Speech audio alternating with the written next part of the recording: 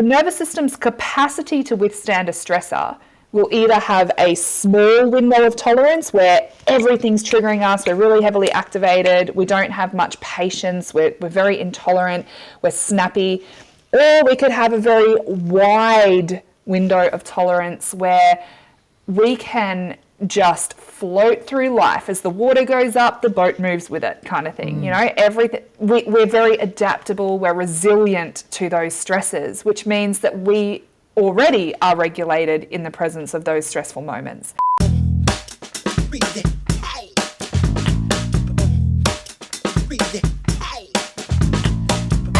Hello everyone, and welcome to this week's Remind podcast. My name's David Masterton, and I'm joined by the wonderful Ashleigh Moreland. And today, Ash, we are talking about regulation, but not regulation in the sense of you must do this when it comes to either banking or whatever it is. It's regulating our nervous system. Yeah, absolutely. This was actually a question from one of our listeners, and I love recording these episodes where we can really breathe life into real life scenarios that people are having in their lives. So shout out to Heather. Heather asked how to self-regulate so that you can in turn help to regulate your child. And I love this question because it really, really speaks into when a child is having behavioural dysregulation or emotional dysregulation, and parents have a tendency to want them to be fixed, want the behaviours to be fixed, but recognising that actually I actually don't work with kids, I work with the adults, because the concept of co-regulation means that we can only regulate someone if we are regulated. And so one of the most powerful ways to transform a child who is chronically dysregulated, whose behaviours or emotions are chronically dysregulated, is to ensure that their caregivers are regulated.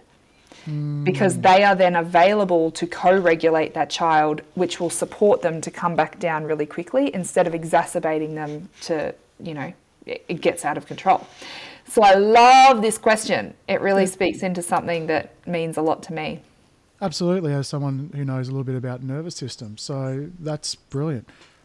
But you raise an interesting point, or as you were saying that, I sort of thought, okay, so there's really two parts to this. There's how do we best show up as an adult or as a parent, and probably, for those listening, the last three episodes have been very sort of parent or child focused. So this is a really cool time to talk about it. But also, what causes a child to become dysregulated in the first place? So I think I feel like there's a little bit of two parts, because really whatever we do to regulate ourselves, chances are the formula is not going to be too much different to how a child regulates themselves. It's probably we've just got a little bit more miles or kilometres or, whatever it is in our head, we'll call it maturity, to be able to sort of intellectualize or whatever it is a little bit more than, say, a child who's learning that. So, because I think about, is it important for us to be regulated to help someone who's dysregulated? 100%. Because you got no hope of helping if any time someone's dysregulated, and we'll take kids, and let's just say you're a hair trigger parent, not because you want to, it's just because it is, then they're going to walk around on eggshells. We've all heard the saying, walking around on eggshells, which means that chances are that suppression, chances are, leads to, at some point, bammo. Yeah. It's very hard to keep in. So how do I regulate myself? Well, I mean, let's put it this way. This is not just for kids, but this is just for everyday stuff. If you can regulate yourself, you can show up in most situations with your healed version, or the best way or the closest you can be to being your healed version. But it all comes back to everything we've been talking about over these 25 episodes, which is figuring out what your triggers are, which is being shown to you by people, that trigger you, that shows a trauma or something stored within the nervous system, which allows from that point in time for that to be released somehow. Yeah. And there's a couple of things at play here, right? Because when I initially read that question, I thought, they want advice on acute regulation. Like in the moment, if I am feeling really dysregulated in that moment, what do I do? Okay, cool. So we could do some deep breathing. We could do some tapping exercises. We could do some, stroking on our skin. We could give ourselves a hug, that sensory input. We could jump. We could shower. We could scream into a pillow. There's so many. There you go. There's a whole list. I'm about to say, bang, bang, bang, bang, bang. Cover. Done. All right, Dave. See ya. We'll see you next time. Episode's done. Great chat. There you go. Hope it helped, Heather. But it's not that simple. It's not that simple because from a nervous system perspective, that dysregulation in the moment, yes, may need some of those acute things. But if this is a chronic dysregulation, constantly putting a band-aid over the chronic dysregulation that's coming up acutely with repeated triggers is not the answer. So when I talk to people, I say, when it comes to the nervous system's capacity to withstand stresses, that's what's happening here, right? The nervous system's capacity to withstand a stressor will either have a small window of tolerance where everything's triggering us, we're really heavily activated, we don't have much patience, we're very intolerant, we're snappy, or we could have a very wide window of tolerance where we can just float through life. As the water goes up, the boat moves with it, kind of thing. Everything. We're very adaptable. We're resilient to those stresses, which means that we already are regulated in the presence of those stressful moments. And so there's a few things that alter our nervous system's capacity. So one is sleep. If we have sleep deprivation, and this is so widely studied, chronic sleep deprivation, or even just one night of poor sleep, you know that you're probably more dysregulated the next day. You might be more snappy, your tolerance might be worse, all those kinds of things. So when I'm having a consultation with someone, I'll ask them about their sleep.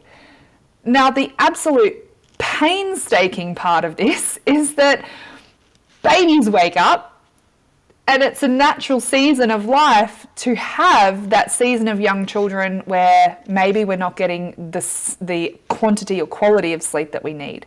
That's one factor.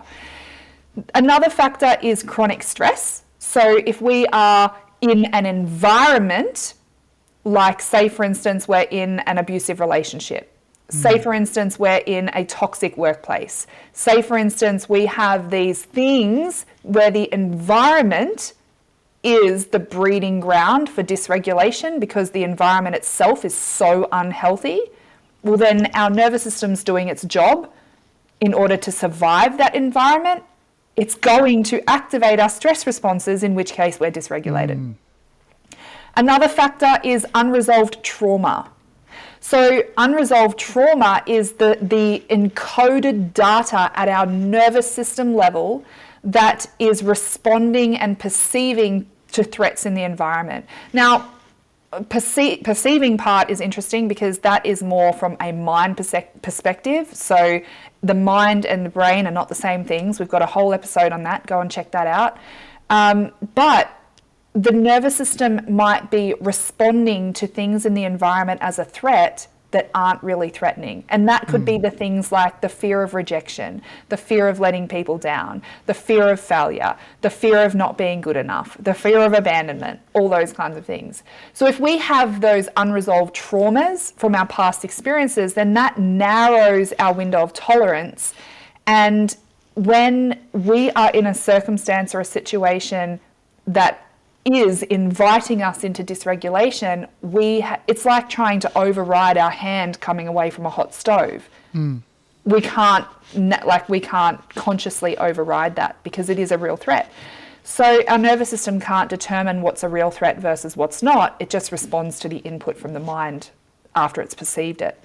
So there's some factors that contribute to the chronic dysregulation in the first place. And this, we're talking about the parent now. We're talking about the parent. We haven't even got to the kid yet. Haven't got to the kid yet. Yeah. No. So starting with that start of the question of how do we regulate ourselves so that we can help our child to regulate? And all of those short-term solutions are amazing. I can give you breathing exercises. One of my favorites is box breathing. Breathe in for 4 seconds, hold for 4 seconds, breathe out for 4 seconds, hold for 4 seconds, breathe in for 4, hold for 4, out for 4, hold for 4. Yep. You can, anything that is bringing your intention and awareness back to the breath is going to be very regulating for your nervous system. And I'm sure that there are so many other really specifics just around breath work. That is really powerful. A big one for me is I will tap. So rhythmic movements of our body is regulating. So I might just rhythmically with my fingers, it doesn't have to be this big overt thing, but rhythmically for my fingers, I'll just tap them against my leg. 1, 1, 1, 1, tap, tap, tap, tap, tap, tap, tap, rhythmically. And that will help to regulate our nervous system. And you know, there's so many different things, but hands down, the most valuable thing that we can do to support our children is to deal with those other factors in us. So really prioritizing our sleep hygiene, really, really, really making that a non-negotiable, because that one thing is going to expand the capacity of our nervous system. Really noticing dietary-wise what things like cause our window of tolerance to be more narrow. Caffeine, for instance. If we know that caffeine leads us to be quite activated and dysregulated, well then maybe reduce the caffeine and you'll notice those shifts in your mood and regulation will improve. But by far the biggest things are look at your environment. Are there choices that you need to make? Do you need to change jobs? Do you need to make some changes in your relationship? And are there underlying fears and traumas there from the past that could be playing out in you now? Because that'll be causing the dysregulation in the first place. Oh, it'd be massive. And again, yes. And we still haven't got to the kid yet. No. So I have to sit with this bit first. I think this is really, really important because the question really was around how do we regulate ourselves? Yeah, and I guess it all comes down to how can we stay present? When our child is dysregulated, how do we stay present? And then I'm guessing what Heather hasn't asked in it, but would be a ongoing part of the question is, how do we stay present so we can help them regulate? How do we regulate ourselves so we can help them? It's probably the question is not how do we regulate ourselves so we can sit there and go, I won. Yeah. I can regulate and you can't. No. Well, that was the question. How do we self-regulate so that we can help our kids to regulate themselves? Yeah. So to be able to really do that, the core of the question for me is sort of how do we help our kids regulate? And then second to that, when we're not feeling regulated ourselves. And so to me, what is fundamental and everything you said, absolutely, we have to work on ourselves first.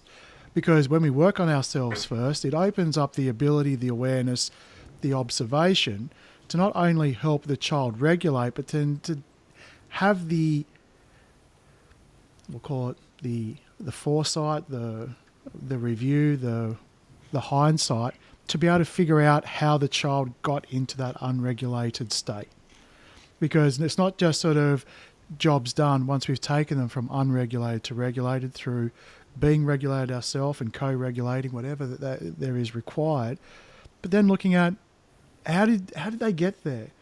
What are some of the steps that we can actually do to help them find and see what maybe some of their triggers might be, to then be a bit more curious around that. Again, not just around that one instance. And I've got to say, the answer, what I feel for both of them, is everything that you sort of said. The long-term changes, the long-term effects are all going to be around how do you work through that data that's in the nervous system, which is imprinted programs, whatever you want to call it, when it comes to working through your trauma or your limiting beliefs or whatever it is. Yeah. Because generally, that's what's happening within you. That's what's happening within your child. How do you stay curious and unpack from both sides? And more importantly, when the child's feeling dysregulated, how can you show up as that sort of rock or that anchor, that safe space in which the child can feel safe, even though they're dysregulated, and come down into a regulated point. And so, I mean, caffeine is a great one. I love coffee, but I've quit caffeine. I love seeing the memes or the TikToks, which sort of says science has proved that if you give up coffee, that you're 75% more likely to give up the will to live. Because it's sort of like, yes, I understand, but look, it's something that we actually might find regulating as an adult, right? It's not necessarily the giving up of the caffeine. It's everything that coffee represents. It's going to be the social aspects.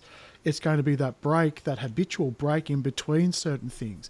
If you work in an office, I'm just going to stop now and get a coffee. I'm just going to go to the lunchroom. I'm going to go downstairs. I'm going to go with someone and have a coffee. When I switch to drinking tea, but even though I drink decaf coffee now, it doesn't feel the same. Let's go grab a tea. Like, I could never say that. Let's go grab a drink. Can't really say that. Sleeping. I don't know about you, Ash, but at the moment, I love sleep. But I've got to say, it is an elusive bloody thing at the moment, because it doesn't matter what I'm doing, I'm still getting to bed and the mind is still doing something. I'm actually finding that I'm needing to spend a bit more time on technology to come down, to regulate. Now, whether that's good or not, I'm suggesting it's probably not. It's still something that I feel I need to sort of feed myself. Then suddenly I look up and then it's like 12 o'clock, 1 a.m. I'm like, oh, great. So I've got to say, it's, for anyone out there who's feeling like the challenges of, I want to feel better, I want to feel fitter, I want to feel more regulated, but you then find yourself self-sabotaging. I've got my hand up for those watching the podcast or listening to the podcast. I hear you, because sometimes the way to regulate yourself may not be in the healthiest of ways. Well, then I would consider it is regulation, but that's self-soothing. Mm-hmm. It is regulation, but it's actually numbing to regulate. Yes, so, it is absolutely soothing. It's not necessarily regulation, but you're doing it because you feel a need to kind of be there. Mm-hmm. And so when we look at, and if you can, everything that you sort of said, get your sleep, get rid of the stimulants, do all these things that really will sort of help. They will help. Oh, geez. They will absolutely help. But the biggest thing is working on your awareness of what is keeping you up. What are you feeling? What are you triggering? Be curious about it. All the really long-term work is absolutely vital, because like you said earlier, doing the short-term stuff will work in the moment. And when you have that acute event that happens, you need those things. You need resources. You absolutely. Yeah. And so if I looked at having tools in the toolbox, they're all in there. But the biggest one that I use the most is uncovering the traumas and working through releasing those. That is the most powerful, long-lasting that you can absolutely do. Yeah.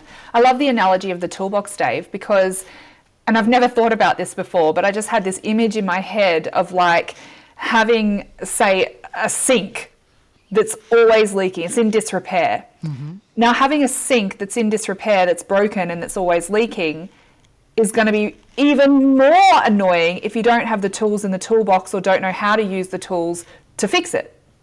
And so having the tools to repair the sink is important. Mm-hmm. But if the sink was fixed properly, or maybe if the sink was replaced, then the tools become redundant and you don't need them in the first place. Handy to have, still handy to have, but wouldn't it be nice, instead of just equipping our toolbox wouldn't it be nice to fix the sink? Absolutely. Properly fix the sink so that the tools aren't needed. And this is where the difference between managing something but being in agreement that I'm keeping it, as opposed to going, I don't want to just manage this anymore. I'm constantly dysregulated and I'm relying on these tools 24/7 to try and regulate myself, as opposed to just going, how about I get to the root of the dysregulation so that I don't need to rely on the tools anymore? And Absolutely. that's where power is, and that's where transformation happens.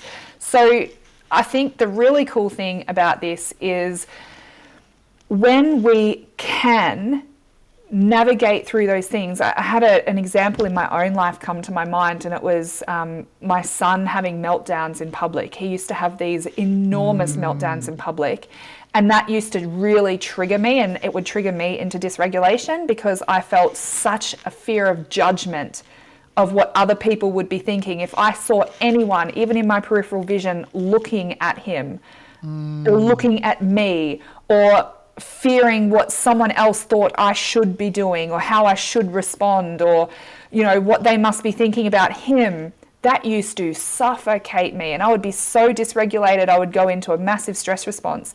Now that stress response could look like anything from trying to shush him and trying to make him be quiet to make my shame go away, or to take the discomfort of that fear away.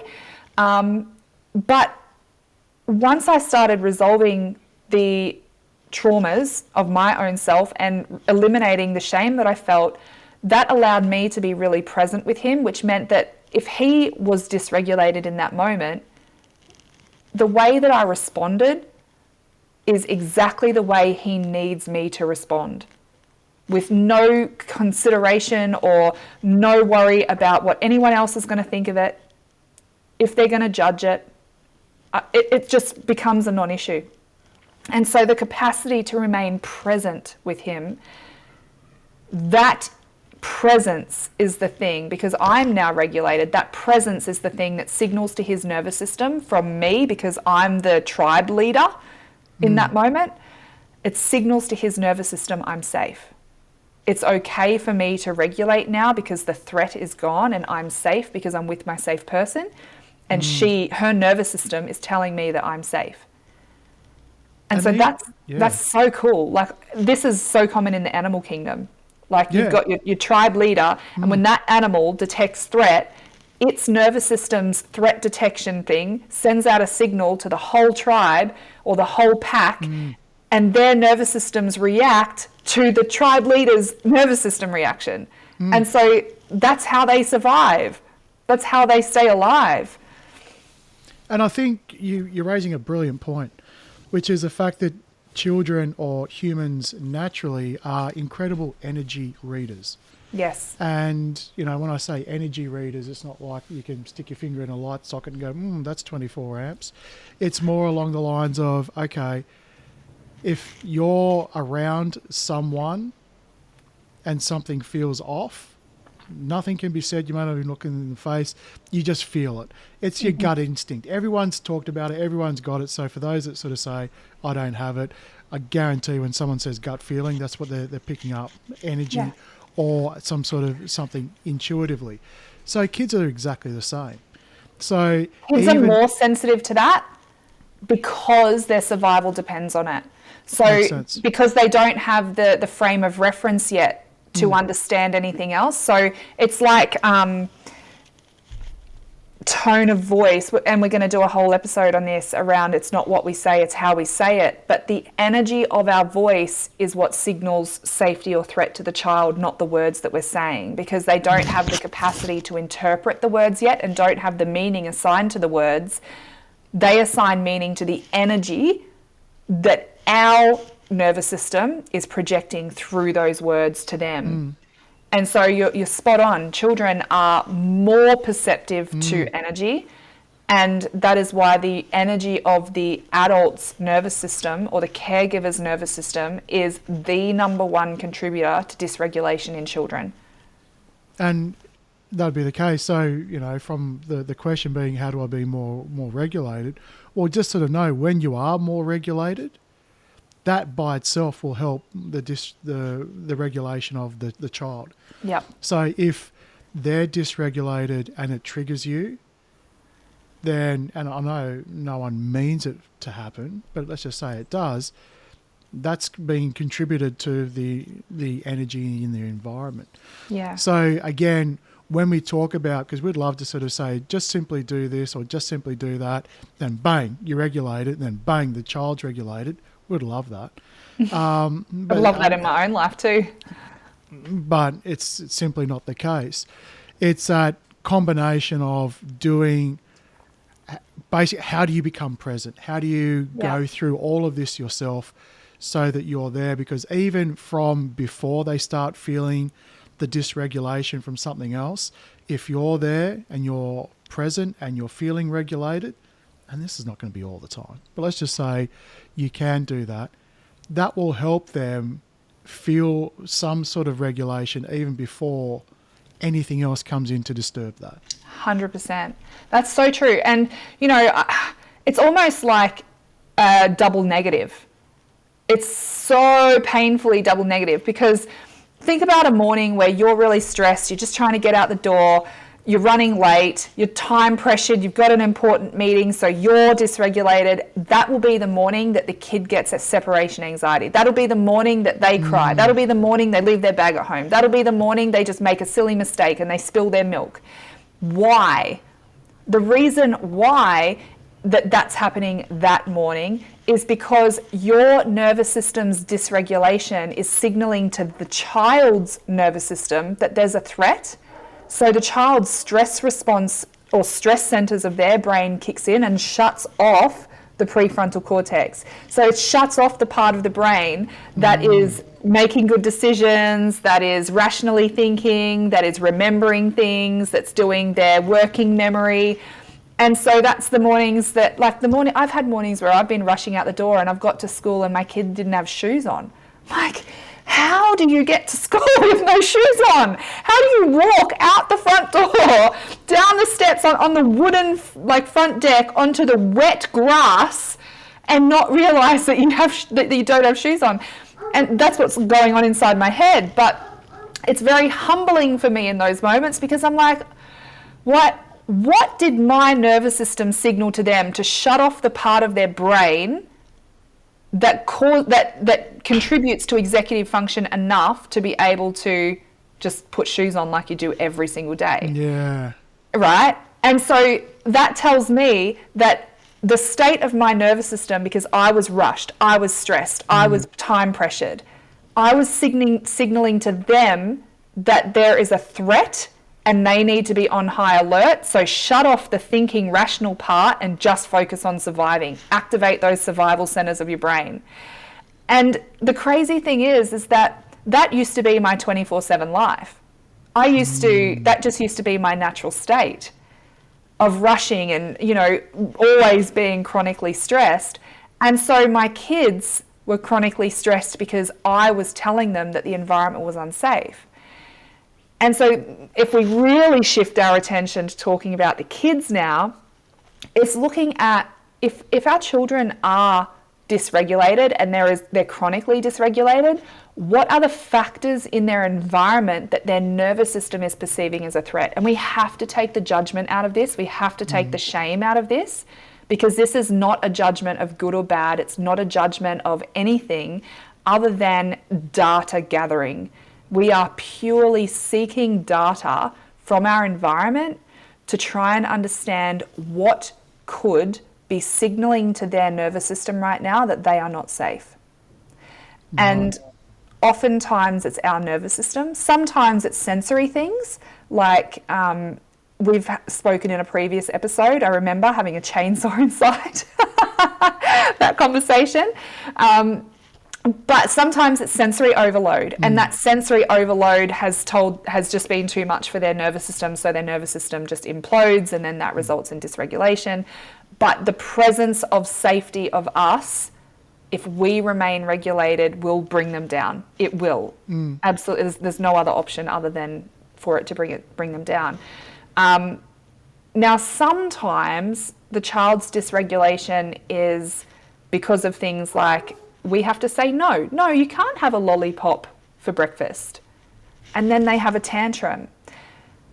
For us to remain regulated in their tantrum, we need to feel so certain that we can make that choice and stand by it, and we're making that choice because we love them. And the tantrum is okay. I'm disappointed when I can't have things I want to, and I'm an adult. And so it's like... Yeah, I love this example. So let's just, because when you said, you know, they want a lollipop for breakfast and they throw a tantrum, I would go back and I sort of thought, how would I have reacted, you know, 5-6 years ago before I started going through all of this? It really would have been, why are you doing this to me? Yeah. Right? As a parent.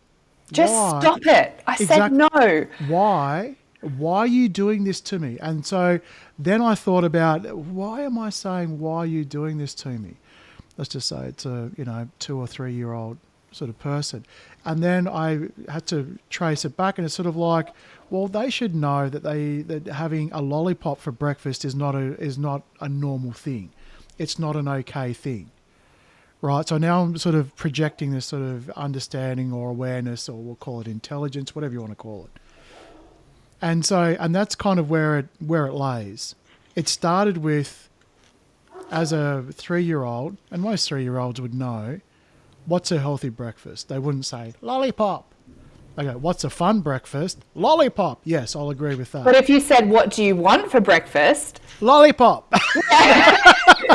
Right? And so this is, as parents, this is our role to guide them, to disciple. You know the word discipline. People think that the word discipline means to punish. That's not true. The word discipline means to disciple. It means that we want to be the person that they will follow, like the disciples followed Jesus. Gotcha. And so to disciple, Jesus didn't say, do it because I said so, and if you don't, you'll be in big trouble. They followed him because there was safety, there was love, there was trust, right? Now, if we apply the same context to parenting, to discipline them means to guide them with love and safety and trust.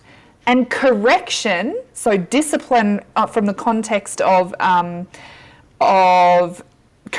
behavior correction without connection is trauma.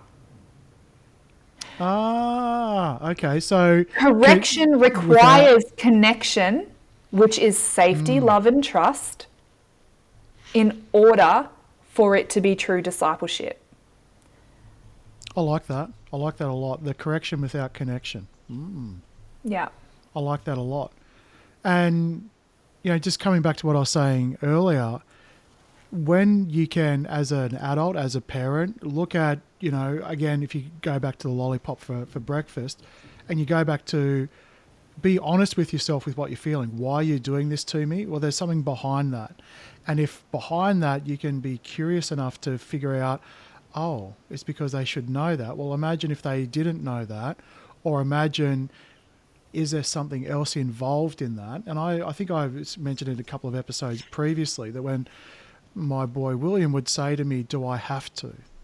Now, he wouldn't always say it in a whinging voice, but every time he said it, it's like it triggered a whinge within me, because I used to always say that in a whinging voice when I was young. And then when you're able to be curious about that, then you start to realize, oh, okay, he's really just saying, do I have to? Yes, mate. Okay. As opposed to, do I have to? He's asking with curiosity. His invite. Yeah, absolutely. I love that. I mean, it's curious, but he's also, there's a soupçon of testing my resolve as well. Oh, absolutely. But see, that's where discipleship comes in. Kids will test our resolve. Kids will say, if I do this, if I ask 4 times, is it still a no? What about if I ask 7? is it still a no? The worst thing we can possibly do for a child is change our mind on something just because they've asked one extra time. And I used to be chronic at that when I was a kid. It got to the point where, and, you know, bless my mother for having to put up with it, but she fell for that. And so it actually got to the point where her no would only be, I would only take a no if it was, she'd been pushed to the point of no return. Yeah. It would have to be a full blood-curdling, yelling no for me to go, oh, now that's a no. Okay. But previously, no means not yet. And it makes me laugh because my kids interpret my answers all the time. They'll go, they might say, hey, Mum, can we blah, blah, blah? And I'll say, maybe. And Elijah goes, oh, good. Maybe usually means yes. Or he'll no. Or maybe usually means yes. And, but if I say, we'll see, okay. That's a no. He's taking it as a no. It makes me laugh how he's assigned meanings to certain reactions that I give that are not a blanket yes or no based on prehistoric evidence that he's got of what would happen. Well, he'd be watching what you're saying versus how you follow through with it. Yeah. And he's gone, well, if Mum says it's we will see, that's the possibility's just dropped. Yeah, it's like it's a probability metric. And I think it's really cool to really understand that our children's nervous system, what is regulating to a nervous system? Certainty is very regulating.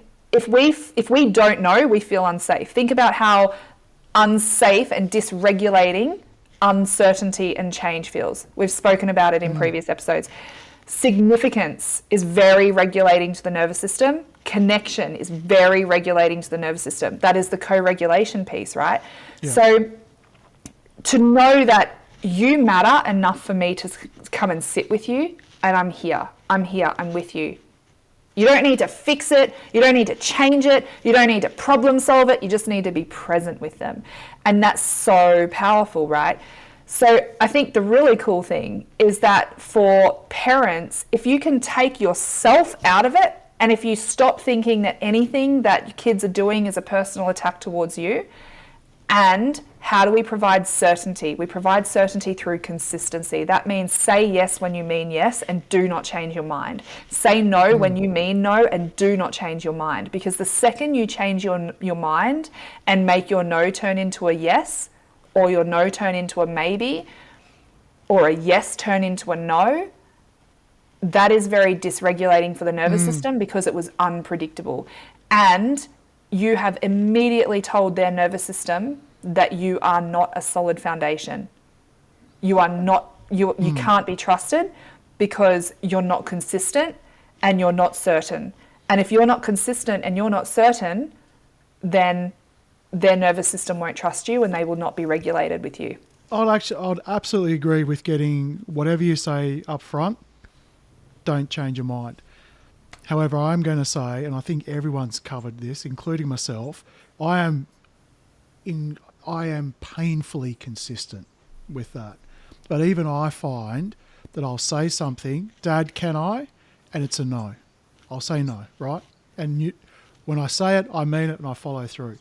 But there are some times where I've just jumped a little bit ahead and I've said no and I do need to change my mind. It doesn't happen all the time, but I will allow myself to change my mind. But I'll sort of say, okay, look, I said no, but because I just thought of this, I'm going to change it to yes. Yeah, so there's context behind it. And I think having that, because you've provided certainty around why the answer is changing, so it's still safe. Yes. So I agree with, and this is, I think, where part of the kids part of the reason why most of the time if the kids ask me a question and I say it, they'll try it on once or twice, but it's not an ongoing thing because I'm painfully consistent in that respect.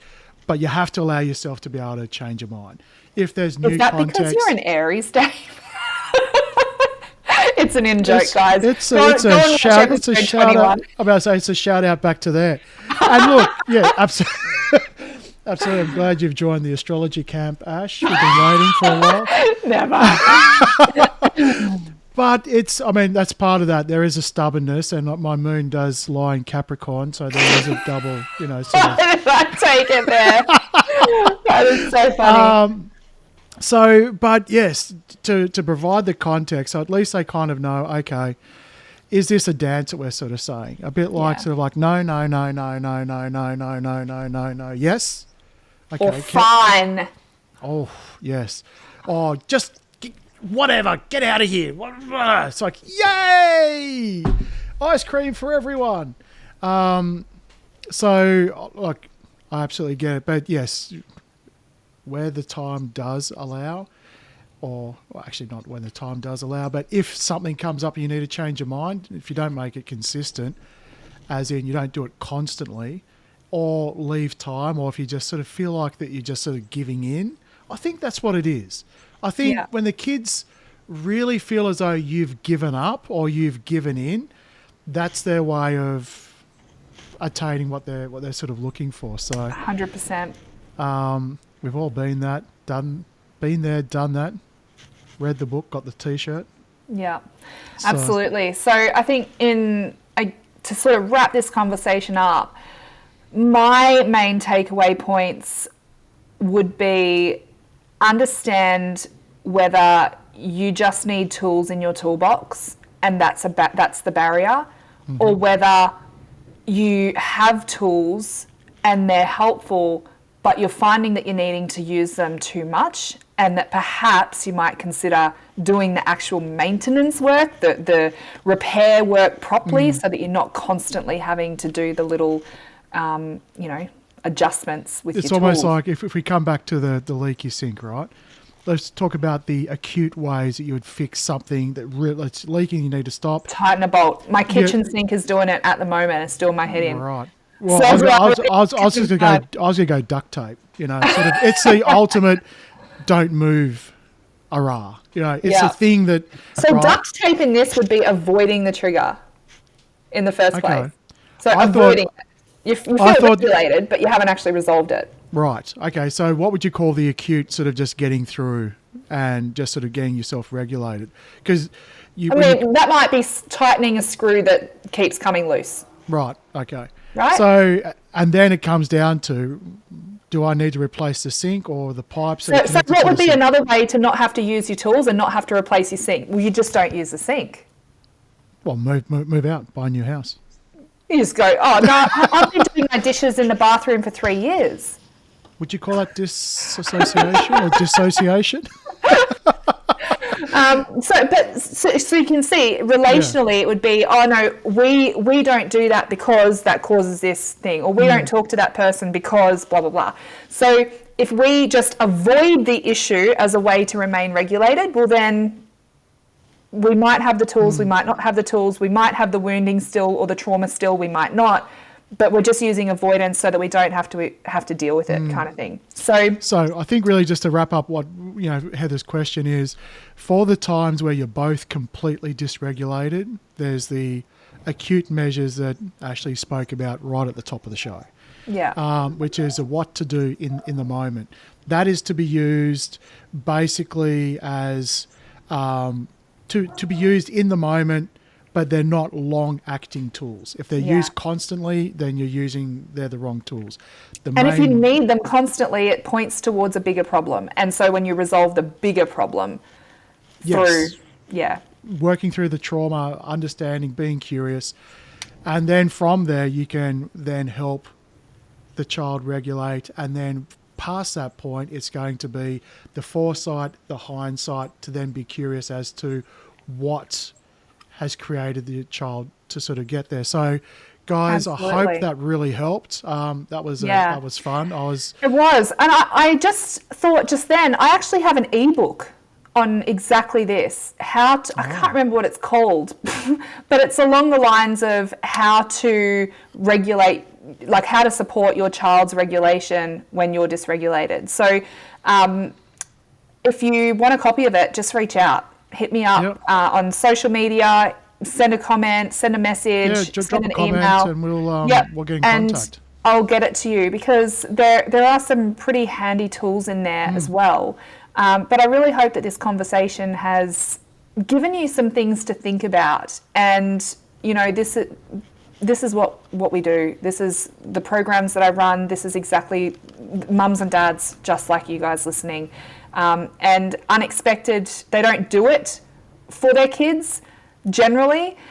But I was just going through some feedback the other day, and I saw almost every parent who had done it had actually commented in their feedback the impact that by doing it had on their kids and their family. 100%. So there is regulation is it is a ripple effect. It is contagious. So that's brilliant. Powerful. All right, thank you, Ash. It's been wonderful. Catch you Thanks, next week. Dave. Bye-bye. Stay regulated. See ya. Bye-bye.